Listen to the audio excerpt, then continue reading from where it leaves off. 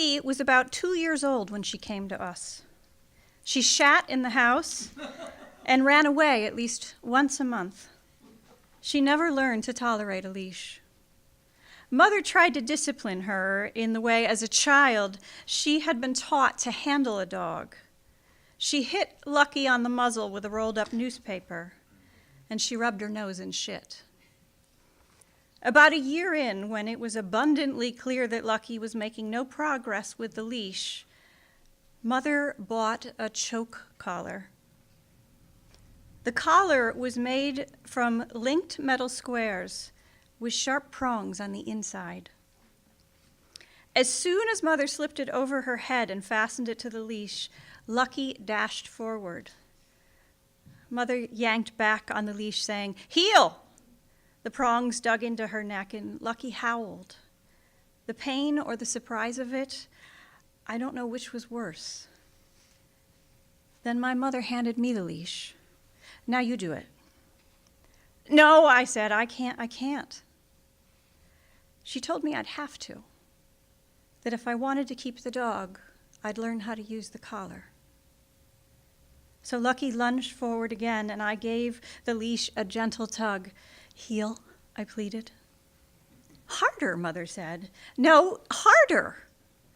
She took the leash back, "Like this." I never did learn how to use the choke collar, and within a week, Lucky barely registered those prongs on her throat.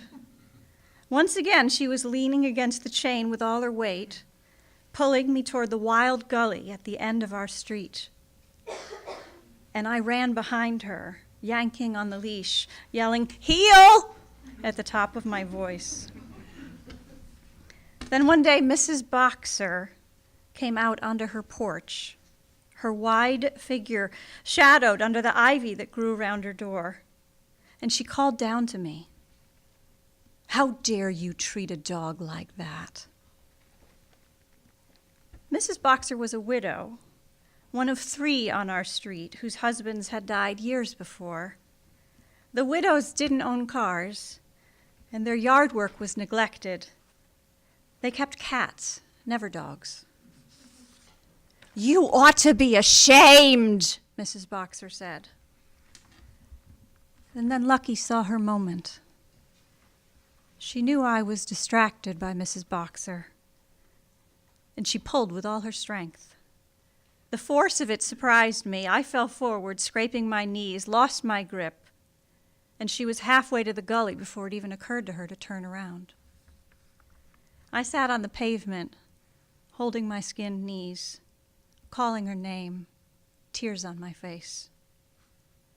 Lucky cocked her head. The sharp triangle of her ears perked up with curiosity. She had certainly seen me cry any number of times before, but never like this. Never with such despair.